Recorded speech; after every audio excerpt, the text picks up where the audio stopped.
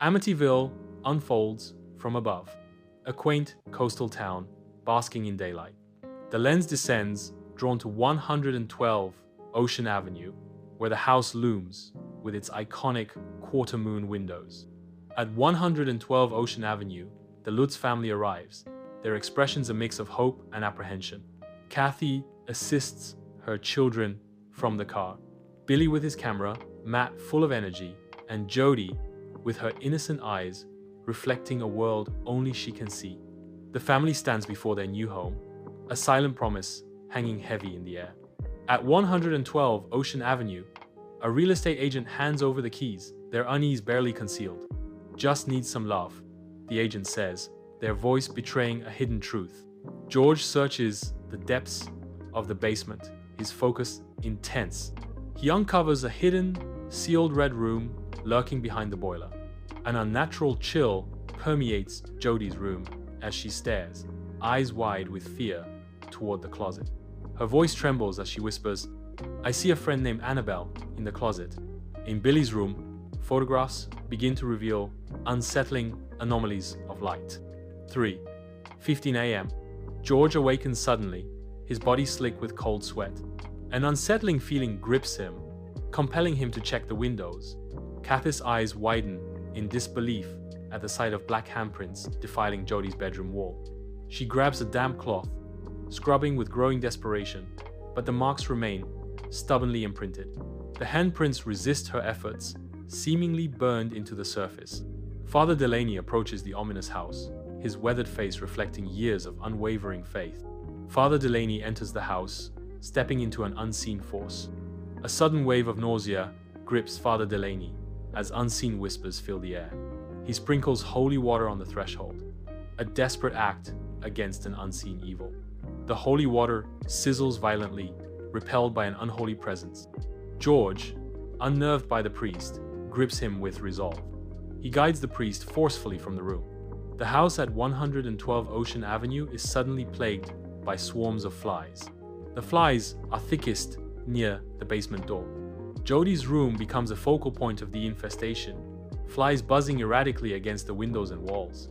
In Billy's room at 112 Ocean Avenue, Billy documents the swarm as it materializes into the visage of a human face.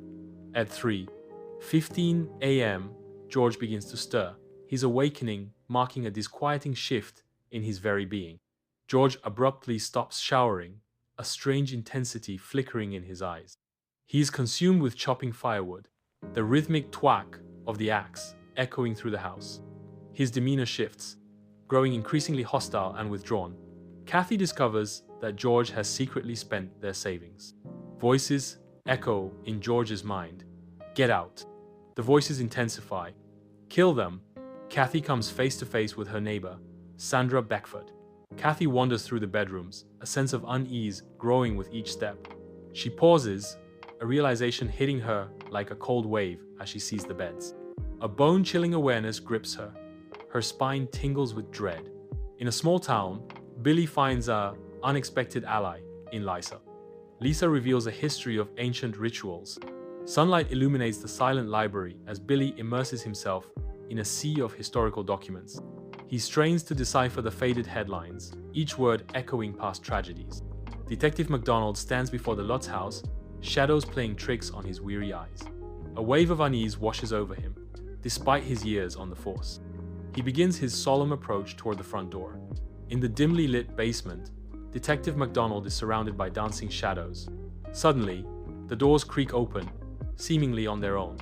A wave of intense rage washes over MacDonald, his fists clenching in fury. In the sterile heart of the police station, Detective MacDonald and Kathy face each other, the weight of confidential files hanging heavy between them. Detective MacDonald breaks the silence, revealing, "These files detail some inconsistencies in the DeFeo case.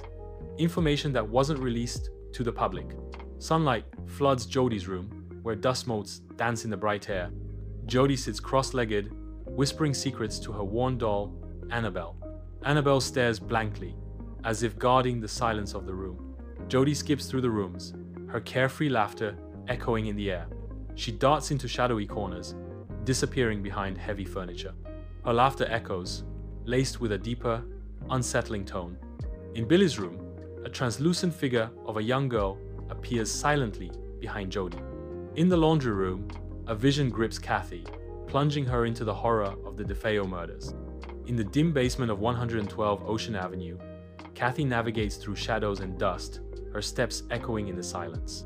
A hidden secret emerges as Kathy discovers a loose floorboard. In the darkness, she lifts the board, revealing a hidden journal. Kathy's Catholic medallion burns against her skin. A violent storm engulfs 112 Ocean Avenue, the night air thick with tension. The basement door splinters open with a deafening crash. George stumbles into the room, eyes glazed over, lost in a trance. With unnatural strength, George smashes through the sealed red room wall. George uncovers a hidden chamber, a space steeped in dread and cloaked in chilling secrets. The room is filled with ritualistic markings and the ghastly remnants of human remains. Detective MacDonald speaks, his voice echoing in the chamber. These remains, they predate the DeFeo family. Father Delaney, marked by a scar above his sightless eye, delves into the church archives.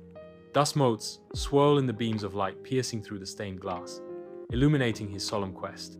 Bathed in ethereal light filtering through stained glass, Father Delaney stands pensively in the echoing stillness of the empty church. He opens ancient, leather-bound texts, his brow furrowed as he searches for answers within their time-worn pages.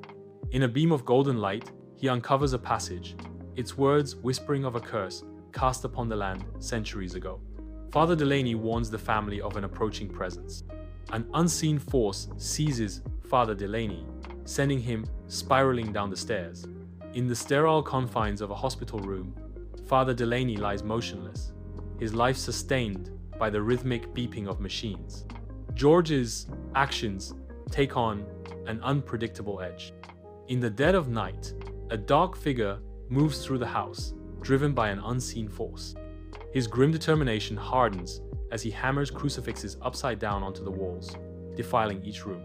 The metallic clang of the hammer echoes through the house, shattering the silence with each strike.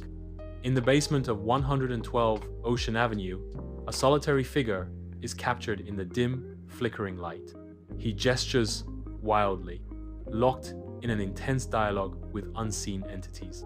A chilling transformation occurs as his eyes turn solid black, reflecting nothing. Under the cloak of night, Billy and Matt sleep soundly, unaware of the shadows that dance ominously around their beds. As moonlight spills into the room, unseen forces begin to mark their skin with mysterious bruises. Jody sleepwalks, eyes glazed and movements stiff, drawn towards the basement door. At the kitchen counter, her hands move with an eerie, unnatural purpose. Kitchen knives of various sizes are lifted and arranged meticulously in unsettling patterns. In the dead of night, furniture dances in the air, suspended by unseen hands. Billy is screaming, battling against the unseen forces that pull him up the walls. Desperate, Kathy seeks answers from the unseen. She reaches out to Madame Foster, a psychic gifted with otherworldly insight. The team watches the equipment, their faces reflecting growing concern. Temperature gauges fluctuate wildly, needles jumping erratically. Static fills the air as the EVP recorder crackles to life. DeFeo is the key. A chilling revelation echoes from the recorder. The Pact must be honored. In the dim light, a psychic sits, brow furrowed, lost in concentration, as flickering candles dance around her. Terror strikes. Her eyes snap open, wide with fear. A sudden, violent force throws her off balance, sending a candle crashing to the floor. She screams, fleeing from an unseen horror. In a frenzy, George swings an axe wildly, his eyes burning with madness. Kathy screams, narrowly escaping the deadly blow. The front door splinters open, revealing Detective MacDonald, gun raised. The family, their faces marked by terror, decides to run from their home. They sprint towards the exits, but an unseen force pushes against them, trapping them in a maze. Doors slam shut, and hallways twist into impossible angles, blocking their escape. Furniture slides across the floor, further barricading their desperate flight. The air thickens, heavy with an oppressive force intent on keeping them within the house. In the eerie confines of 112 Ocean Avenue, Billy and Detective MacDonald find themselves ensnared, the weight of the house pressing in on them. A chilling revelation unfolds as they unearth documents exposing Ronald DeFeo's unholy alliance. The pact with a demonic entity casts a long, dark shadow over their desperate plight. In the suffocating Red Room, the entity materializes, its dark attention fixed on Jody. The house groans, an unseen force twisting its timbers as the darkness deepens. George, his face a mask of grim determination, leads his family toward the heart of the nightmare.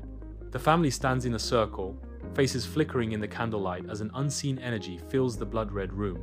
A spectral figure materializes before them, Ronald DeFeo, his eyes burning with urgent intensity.